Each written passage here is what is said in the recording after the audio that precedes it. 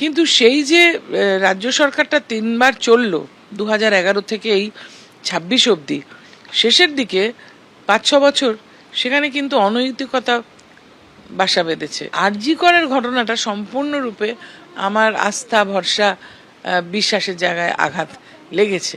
গত 15 দিন যে পাচ্ছে সে গালাগালি দিচ্ছে, তা ধৈর্যেরও তো একটা সীমা থাকে।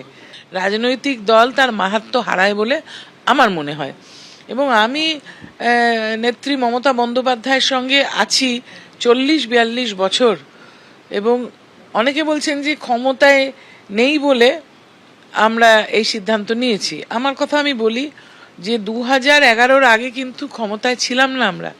যারা 2011-র পরে এসেছে তারা ক্ষমতালোভী হতে পারে, কিন্তু আমি বিশেষ করে আমার কথা বলতে পারি, আমার মতন কয়েকজন, আমরা যারা 84 সালে উনি যখন প্রথম যাদবপুর লোকসভায় দাঁড়ালেন, তারপর থেকেই উনি আমাকে 5 বার বিভিন্ন নির্বাচনে দাঁড় করিয়েছেন, লোকসভা, বিধানসভা। প্রত্যেকবার আমি হেরেছি 5 বার, কিন্তু লড়াই, কাউন্সিলর ইলেকশনও, এবং লড়াই কিন্তু থামেনি। অন্যায়ের বিরুদ্ধে লড়াই, অত্যাচারের বিরুদ্ধে লড়াই, অনুন্নয়নের বিরুদ্ধে লড়াই, খেটে খাওয়া মানুষের স্বার্থে লড়াই। এবং সেই লড়াই করতে করতে তো এই জায়গায় এসেছি, 2009 জিতলাম। উনিও সেরমভাবে লড়তে লড়তেই 2011 জিতলেন।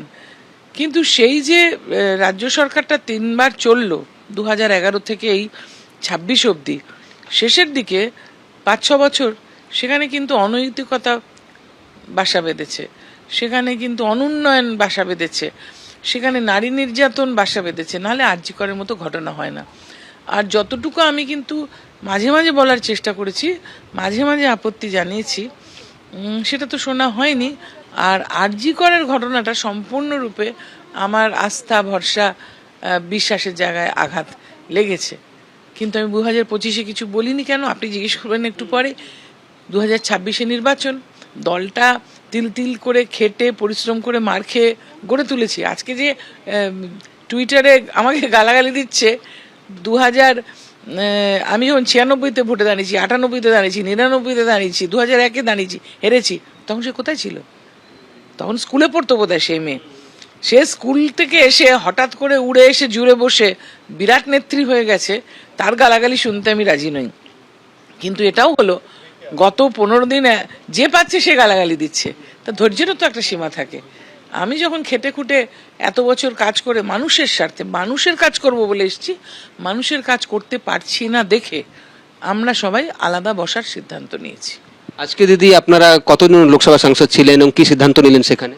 আমরা 20 জন ওখানে ছিলাম। 2 জন অনলাইনে মেলে সই পাঠিয়েছেন, 2 জন ওইভাবে পাঠিয়েছেন। কেননা অনেকে বলছেন, শুনলাম একজন ভুইফোর নেতা, তিনি নাকি বলেছেন 13 জন ছিল। উনি তো মিটিংয়ে ছিলেন না, উনি কি করে জানলেন 14 জন ছিল? ওনাকে কে খবরটা দিল? কাগজ তো আমাদের হাতে ছিল, সইটা তো আমরা করলাম। সুতরাং তাকে বলতে চাইছি যে আমাদের টোটাল 20 জনই আছে, এবং আমরা 20 জনই সই করেছি।